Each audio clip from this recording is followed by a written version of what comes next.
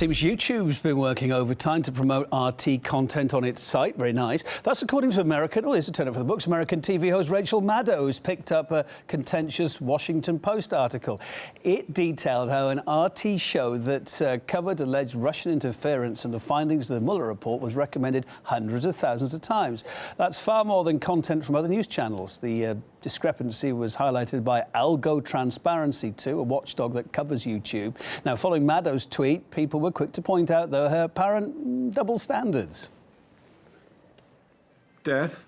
No one's lives were threatened by a conversation between two award-winning journalists about the massive disinformation campaign you've waged on the minds of suggestible Democrats, but they are endangered by the Cold War you've helped to stir up.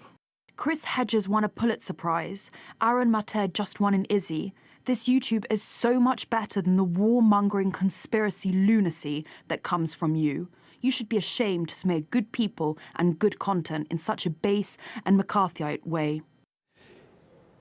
YouTube itself has disputed the findings of Algo Transparency, which was founded by a former employee. It says its systems are carefully designed to only promote the, quote, more authoritative sources.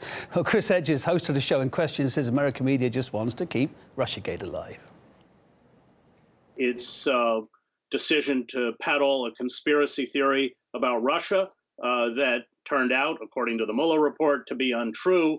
And so they are attempting really to spin themselves out of this by claiming, that the Mueller report had legalese and that really there was collusion with Russia and there was obstruction of justice on the part of Donald Trump. It exposes the bankruptcy of the corporate media and the American press, which spent over 2 years peddling a fantasy instead of focusing, in fact, on the real issues. And it sells. I mean, let's not forget, this is about profit. CNN made more money last year than I think they've ever made in their history. Rachel Maddow is the top-rated show and probably the prime conspiracy theorist, even at one point talking about how in the midst of a cold snap, the Russians were going to cut off our gas and people were going to freeze to death. I mean, it reached that level of absurdity, but it brings in the dollars. They peddle this narrative of fear one way or another, and it makes them money.